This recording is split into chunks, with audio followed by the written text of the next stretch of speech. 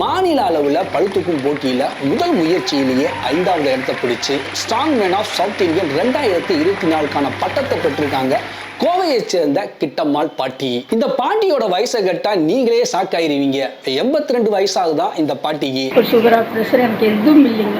இன்னும் 10-20 குடம் தண்ணி 30 குடம் தண்ணி நான் எடுப்பேன். இந்த வயசுல நம்மலாம் உயிரோட இருப்போமான்றது தெரியாது. இந்த வயசுலயும் உடலை ரொம்பவே ஆரோக்கியமா வச்சுக்கிட்டு பளுதூக்கும் போட்டியில பங்கு பெற்று பரிசு வாங்கியிருக்காங்கன்றத கேட்கிறப்ப ரொம்பவே ஆச்சரியமா இருந்துச்சு. வீட்டுல அடுப்பாங்கரை பார்த்துட்டு இருக்கக்கூடாது, அது ஆரோக்கியமா என்ன மாதிரியே இருக்கணுங்கிறது எனக்கு எந்த நோவும் இல்லை. சாதிப்பதற்கு வயதோ முதுமையோ தடையில்லைங்க.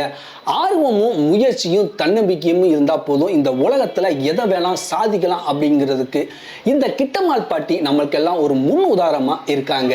இப்ப இருக்கிற இளைஞர்களை பார்த்தீங்கன்னா சரியான உடற்பயிற்சி செய்யாம கண்டத கடியை தின்னுக்கிட்டு மொபைலை நோண்டிக்கிட்டு காலத்தையும் நேரத்தையும் வீணடிக்கிறத பார்க்கும்போது மனசுக்கு ரொம்பவே கஷ்டமா இருக்கு.